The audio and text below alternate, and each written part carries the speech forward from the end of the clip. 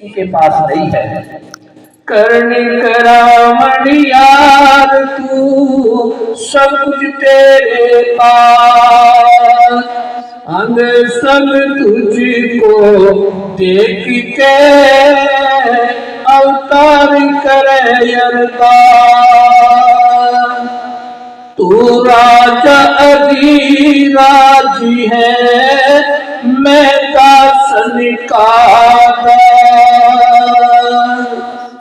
कहा जिसने ज्ञान ले लिया, यानी ज्ञान तो सबके हैं, चाहे शिव जी का ले ले, चाहे भोले का ले ले, चाहे राम का ले ले, चाहे हनुमान का ले ले, चाहे किसी का भी ले ले, ये तो मंत्र है सबके। लेकिन जो ब्रह्म ज्ञान होता है वो परमात्मा का होता है।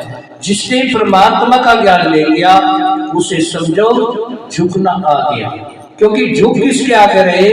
हम परमात्मा के आगे झुक रहे। परमात्मा सबके अंदर है, सबकी रोम रोम में समाया है परमात्मा। हम जब झुक रहे हैं परमात्मा के आगे झुक रहे हैं, किसी और के आगे नहीं। बाजे सोचते कि शरीर के आगे झुक रहे, नहीं, शरीर के कोई आगे नहीं झुकता। जब तक इसमें नूर परमात्मा का है, जब तक इसमें समझो हर आदमी इसकी सेवा कर सकता है।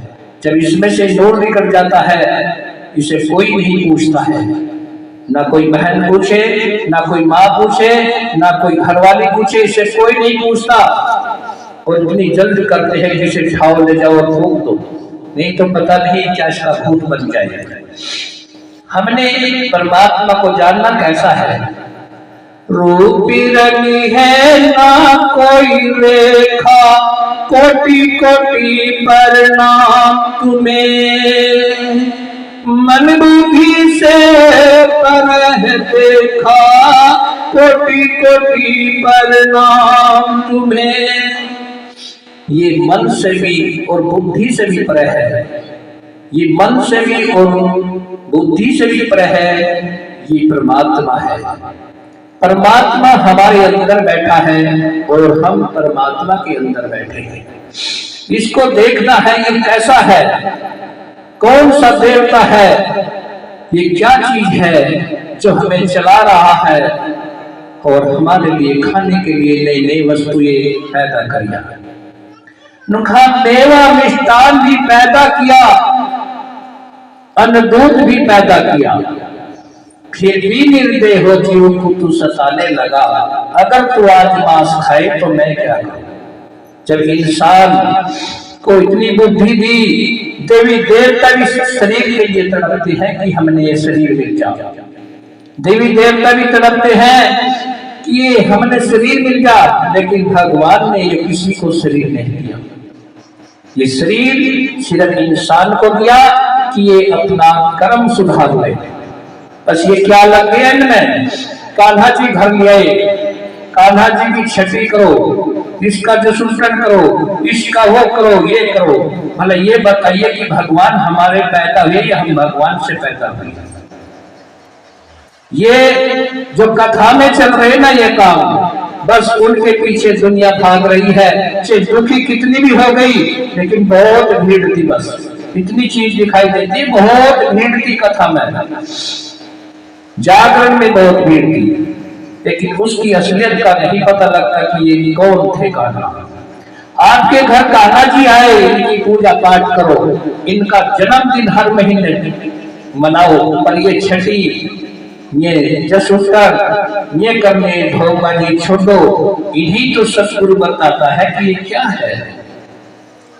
अब देखो कान्हा जी का भी हमने भजन करके नहीं मुक्ति मिलती, कृष्ण जी का भजन करके हमें नहीं मुक्ति मिलती कि भी पहले कृष्ण जी को जानो, कृष्ण जी है कौन, क्या था, इसके मंत्र से नहीं मुक्ति मिलती कि रट लिया ओम नमः भगवते वासुदेवाय नमः, या रट लिया ओम भूर्भुवः स्वः तत्सवितुर्वरेण्यं भर्गो देवस्य धीमहि प्रचोदयात्, इससे भी मुक्ति नहीं मिलती, क्योंकि ये गायत्री मंत्र है, होमन यज्ञों का मंत्र है, होमन यज्ञों का मंत्र है। लेकिन मुक्ति जो मिलती है, पहले इसको देखो, आंखों से देखो, और कानों से सुनो, फिर इस पे विश्वास करो, फिर इसका सुमरण करो। अब हमने बताया कि चलो कान्हा जी का भजन करो, पूजा करो, ये कान्हा जी है। फिर आगे कान्हा जी कहां मिलेंगे हमें? गुरु ज्ञान तो हमने ले लिया, मंत्र ले लिया कि रटो ओम नमः भगवते वासुदेवाय नमः, लेकिन वो वासुदेव भगवते कहां मिलेगा हमें? वासुदेव कहां मिलेगा हमें? हमें से सिखा तो दे। जब हम इस गांव से बाहर निकलेंगे, हमें वासु से मिलना है तो कहां मिलेगा, कहां दिखाई देगा वासु? पहले इसको देखो और फिर देख के इसकी भक्ति करो, फिर जहां भी आप देखोगे वहीं ये खड़ा दिखाई देगा। जब ये सुख मिलेगा, सुख नहीं मिलेगा चाहे कितनी भी भक्ति कर लो, कितना भी कहीं तक भाग दौड़ लो, कोई ज्ञान भक्ति नहीं मिलेगी। ये तो ठीक है हम भक्ति कर रहे हैं, कि हमारा विश्वास है कि हम भगवान की, राम की, हनुमान जी की ये भक्ति कर रहे हैं, लेकिन हनुमान जी भी तो किसी और की भक्ति कर रहा। हनुमान जी राम की भक्ति कर रहे, राम किसी और की भक्ति कर रहे हैं। जिसकी राम कर रहे हैं, हमें उसको देखना है कि ये कौन है, कौन सी शक्ति है। जब मीरा जी 6-7 साल की, 8 साल के करीब की मीरा थी, तो मीरा अपनी माता की गेलो एक शादी में गई। जब बारदुआरी हो रही थी, मीरा जी ने पूछा कि माता मेरा भी पति ऐसा ही होगा क्या? उसने कहा नहीं बेटा, तेरा पति तो इसकी बहुत सुंदर है। उसने कहा ठीक है। अब उसने कान्हा जी की तस्वीर दे दी कि ले ये तेरा पति है। अब मीरा जी जो थी, बड़ी धुंध लग गई मीरा जी की कृष्ण जी को देखने की। जब कृष्ण जी भगवान ने उसको दर्शन दिए, मीरा बड़ी खुश हुई। जब भी भोग लगाती थी तो श्री कृष्ण भगवान वहां बैठकर उसके सामने दोनों भोग खाते थे, यानी प्रसाद खाते थे। इतनी मस्त हो गई। जब इतनी मस्त हो गई तो एक दिन ऐसा हुआ, मीरा जी और उसकी सहेलियां सत्संग में घूमने के लिए गई और वहां देखा कि सत्संग गुरु रविदास